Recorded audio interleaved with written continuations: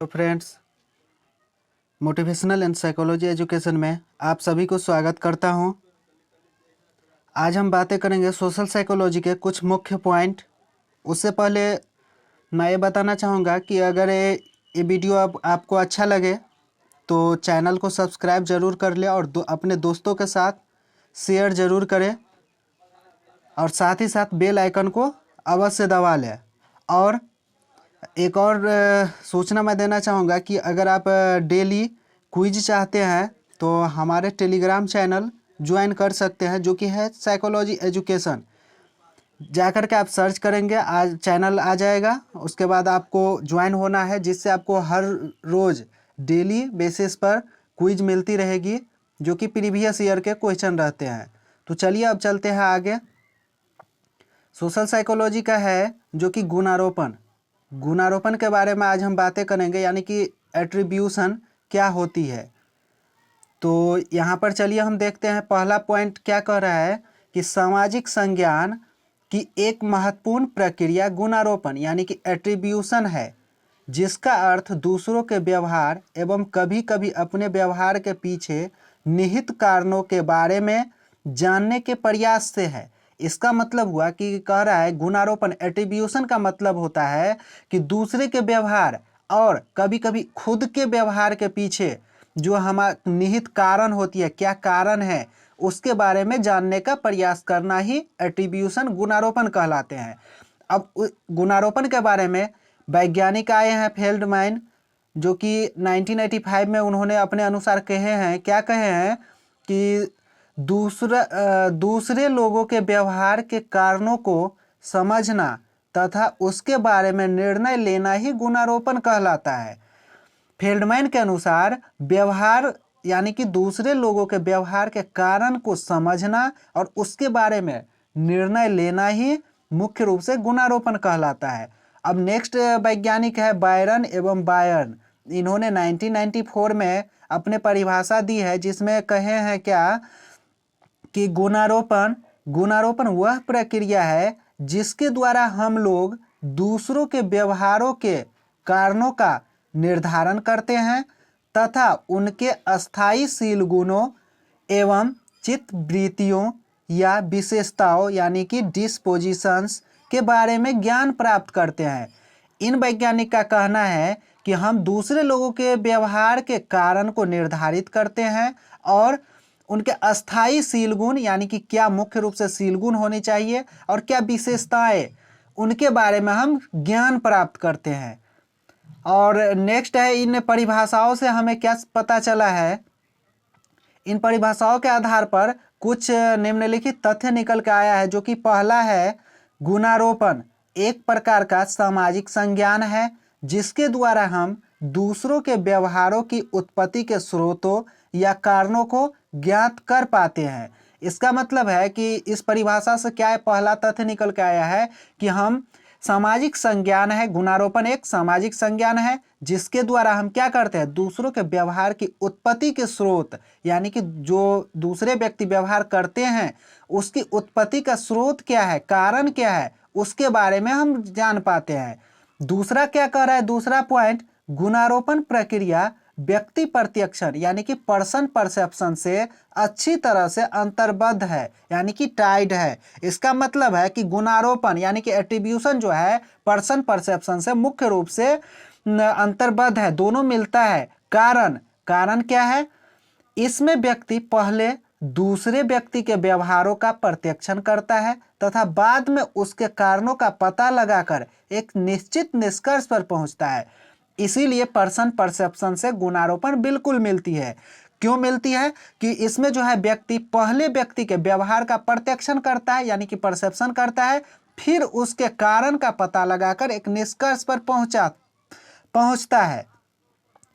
Next है तीसरा point क्या कह रहे हैं कि गुणारोपण प्रक्रिया में व्यक्ति द्वारा दूसरों के व्यवहारों के पीछे निहित कारणों को खोजकर उसी के संदर्भ में उसके आंतरिक चित्तवृत्तियों यानी कि शील गुण, प्रेरक अभिवृत्तियों के संबंध में निर्णय दिया जाता है। कह रहा है कि गुणारोपण प्रक्रिया में व्यक्ति द्वारा दूसरों के व्यवहार के पीछे, यानी कि दूसरे व्यक्ति के जो व्यवहार करने का कारण होते हैं उसके पीछे क्या कारण है उसको खोज करके उसके बारे में शील गुण, प्रेरक और अभिप्रीतिया के संबंध में निर्णय देते हैं। उसके बाद चौथा पॉइंट है यानी कि गुणारोपण प्रक्रिया। गुणारोपण प्रक्रिया दूसरों के भावी लक्ष्यों एवं प्रयोजनों के संबंध में अनुमान लगाने से भी संबंधित है। अब करा एट्रीब्यूशन जो है दूसरों के भावी लक्ष्य, यानी कि उसका लक्ष्य क्या है दूसरे व्यक्ति के और उसका प्रयोजन क्या है उसके संबंध में अनुमान लगा करके भी लगाने से भी संबंधित है, यानी कि उनके बारे में जो अनुमान लगाते हैं कि क्या आगे करने वाले हैं उससे भी संबंधित है एट्रीब्यूशन। अब कह रहे हैं कि मनुष्य दूसरे व्यक्तियों के व्यवहार की उत्पत्ति के स्रोतों की खोज कुछ विशिष्ट नियमों के सहारे करते हैं जिन्हें गुणारोपण के नियम यानी कि प्रिंसिपल्स ऑफ एट्रीब्यूशन कहा जाता है। इस प्रक्रिया को मनोवैज्ञानिकों ने कारणात्मक गुणारोपण यानी कि कॉजल एट्रीब्यूशन नाम दिया है। कह रहा है कि मनुष्य दूसरे व्यक्ति के व्यवहार की उत्पत्ति के स्रोत की खोज कुछ जो है स्पेसिफिक रूल्स के सहारे करते हैं जिन्हें गुणारोपण के नियम यानी कि प्रिंसिपल एट्रीब्यूशन कहा जाता है। इस प्रक्रिया को मनोवैज्ञानिक क्या कहे हैं, कॉजल एट्रीब्यूशन नाम दिया है। प्रिंसिपल ऑफ एट्रीब्यूशन को जो है मनोवैज्ञानिकों ने नाम दिया है कारणात्मक गुणारोपण यानी कि कॉजल एट्रीब्यूशन। अब उसके अनुसार है कुछ पॉइंट जो कि गुणारोपण पर मौलिक नियम 4 है जो निम्नलिखित है, यानी कि गुणारोपण एट्रीब्यूशन का जो है मूल नियम 4 है, जो कि पहला है सहपरिवर्तन का नियम प्रिंसिपल ऑफ कोवेरिएशन, दूसरा है अत्यांतिकता का नियम यानी कि प्रिंसिपल ऑफ कोवेरिएशन, तीसरा है नग्न करने का नियम यानी कि प्रिंसिपल ऑफ डिस्काउंटिंग, चौथा है संवर्धन का नियम यानी कि प्रिंसिपल ऑफ आर्ग्यूमेंटेशन। अब हम बातें करेंगे इन सभी नियमों के बारे में। गुणारोपण की व्याख्या करने के लिए मनोवैज्ञानिकों ने अनेक शोध और अनेक सिद्धांतों का विकास किया है जिनमें से कुछ प्रमुख निम्नलिखित है। अब जो है एट्रीब्यूशन के जो है डिस्क्राइब करने के लिए, एनालिसिस करने के लिए जो है मनोवैज्ञानिकों ने अनेक शोध प्रक्रिया या शोध क्रिया का सिद्धांत का निर्माण किया, जो कि यहाँ पर कुछ मुख्य दिया गया है जो कि सबसे बहुत महत्वपूर्ण है एट्रीब्यूशन में। पहला है हाइडर का सहज मनोविज्ञान गुणारोपण सिद्धांत यानी कि hiders native psychology attribution theory. दूसरा है जोन्स तथा डेविस का सहसंगवादी अनुवाद सिद्धांत यानी कि Jones and Davis correspondent inference theory. तीसरा है केली का सहपरिवर्तन गुणारोपण सिद्धांत यानी कि केलीज कोवेरिएशन एट्रीब्यूशन थ्योरी। और चौथा है सेवर का गुणारोपण सिद्धांत यानी कि सेवर्स एट्रीब्यूशन थ्योरी। इन्हीं चारों सिद्धांतों के अनुसार गुणारोपण में मुख्य रूप से रिसर्च किया जा रहा है यानी कि व्याख्या किया जा रहा है। और उसके बाद एक वैज्ञानिक है जो कि गुणारोपण के बारे में कुछ कहे हैं, केली का सहपरिवर्तन गुणारोपण सिद्धांत। अब हम बातें करेंगे केली का सहपरिवर्तन यानी कि कोवेरिएशन एट्रीब्यूशन थ्योरी के बारे में। हरोल्ड केली का पूरा नाम है हरोल्ड केली, 1966, 1971, 1973 ने गुणारोपण की व्याख्या हेतु सहपरिवर्तन गुणारोपण सिद्धांत यानी कि कोवेरिएशन एट्रीब्यूशन थ्योरी का प्रतिपादन किया। केली के अनुसार व्यवहार की संभव व्याख्या करने के लिए उस परिस्थिति से संबंधित कई संभव कारण प्रभाव होते हैं, यानी कि कह रहा है कि केली जो एक गुणारोपण का व्याख्या करने तो सहपरिवर्तन गुणारोपण सिद्धांत का प्रतिपादन किया, इनके अनुसार व्यवहार की संभव व्याख्या करने के लिए उस परिस्थिति से संबंधित कई संभव कारण प्रभाव में आते हैं।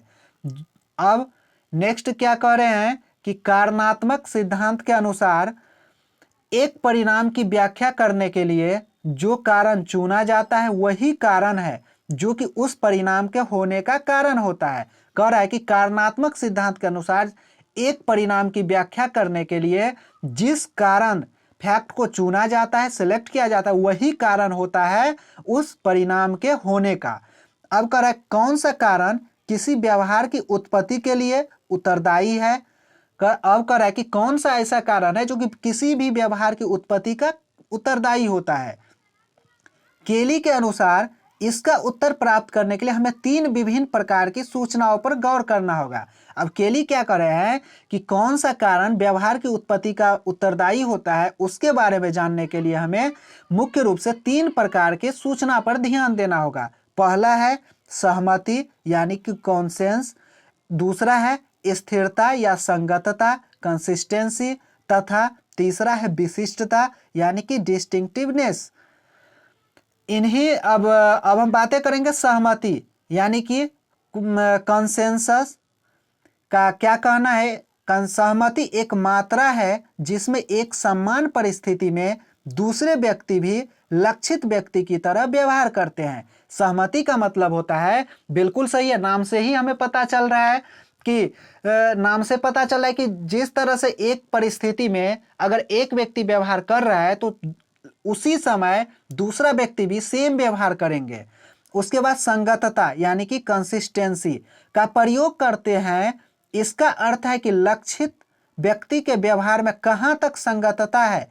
इस प्रकार संगतता वह मात्रा है जिसमें लक्षित व्यक्ति दूसरी परिस्थितियों में भी उसी प्रकार से व्यवहार करता है।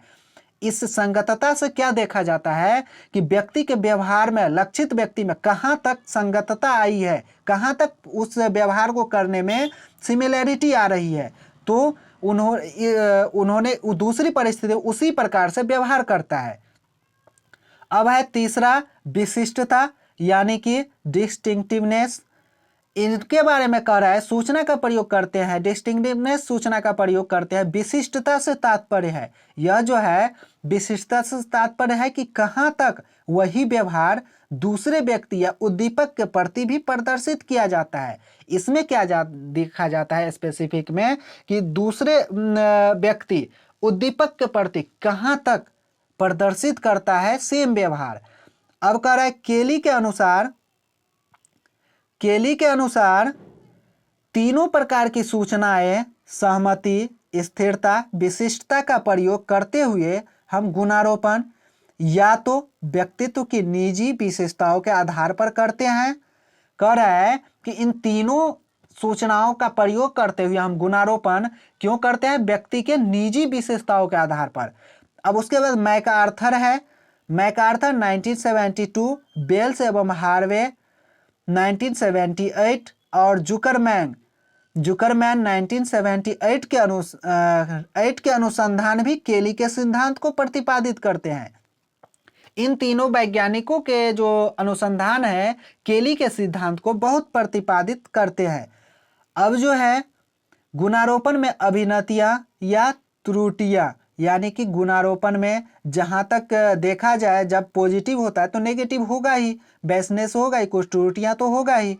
तो बेसिस और एरर इन एट्रीब्यूशन ऊपर वर्णित तथ्यों से स्पष्ट होता है कि यानी कि ऊपर जो हम लोग पढ़े हैं उससे हमें पता चलता है कि गुणारोपण एक बहुत ही तर्कसंगत सामाजिक संज्ञानात्मक प्रक्रिया है। यानी कि कुछ नया तर्क के माध्यम से लोग समाज के बारे में या व्यक्ति के बारे में संज्ञान करते हैं, जिसमें व्यक्ति दूसरे के व्यवहार के कारणों को पहचानने व ज्ञात करने के प्रयास में क्रमबद्ध संज्ञानात्मक सोपानों का पालन करते हैं, जिसमें कई त्रुटियां भी हो जाती है जिनकी चर्चा नीचे की गई है। कह रहे हैं कि कोई भी व्यक्ति के व्यवहार के कारण को पहचानने में कई तरह के क्रमबद्ध संज्ञानात्मक सोपान का पालन करते हैं, लेकिन उनमें भी कई तरह की त्रुटियां हो जाती है जिनको हम नीचे वर्णन करेंगे। पहला है आधारभूत गुणारोपण यानी कि फंडामेंटल एट्रीब्यूशन एरर।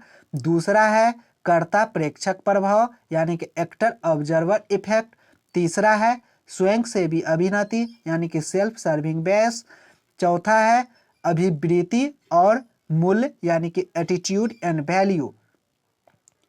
अब हम बातें करेंगे कारणात्मक गुणारोपण में कारणात्मक गुणारोपण में स्वयंसेवी अभिनति यानी कि सेल्फ सर्विंग बायसेस का अध्ययन सर्वप्रथम मिलर व रॉस 1975 में किया। यह वह प्रवृत्ति है जिसमें व्यक्ति अपने सकारात्मक परिणाम के लिए आंतरिक कारण को जिम्मेदार मानता है, जबकि नकारात्मक परिणाम के लिए बाहरी कारणों को उत्तरदायी मानता है। अब करें कि कारणात्मक गुणारोपण में स्वयंसेवी अभिनति यानी कि सेल्फ सर्विंग बायसेस का अध्ययन सर्वप्रथम मिलर और रॉस द्वारा किया गया और उसके अनुसार क्या निकल के परिणाम आया कि सकारात्मक परिणाम जब व्यक्ति के अंदर होती है यानी कि पॉजिटिव, जैसे कि मान के चलो कोई व्यक्ति परीक्षा में पास हो गया बिना पढ़े ही, तो वह आंतरिक कारण को जिम्मेदार मानता है कि हम अपने सेल्फ मोटिवेट या सेल्फ स्टडी से पास हुए हैं। लेकिन जब नकार यानी कि फेल हो जाता है तो उन्होंने क्या परिणाम, उसका परिणाम किसको मानता है? बाहरी कारणों को, क्योंकि हमारे माहौल में शोरगुल था, जबकि वो खुद पढ़ा नहीं था, लेकिन वो मानता है कि बाहरी जो स्टिमुलस है, उद्दीपक है, वही उसका कारण होता है। तो नेक्स्ट अब हम बातें करेंगे। इस वीडियो के लास्ट तक देखने के लिए आप सभी को बहुत बहुत धन्यवाद। अगर ये वीडियो अच्छा लगे तो लाइक एंड शेयर जरूर करें। और अब अगला वीडियो होगा सोशल इन्फ्लुएंस पर, जो कि सामाजिक प्रभाव यानी कि सोशल में किस तरह का प्रभाव पड़ता है समाज में, उसके बारे में हम बातें करेंगे। तो लास्ट तक देखने के लिए आप सभी को बहुत बहुत धन्यवाद।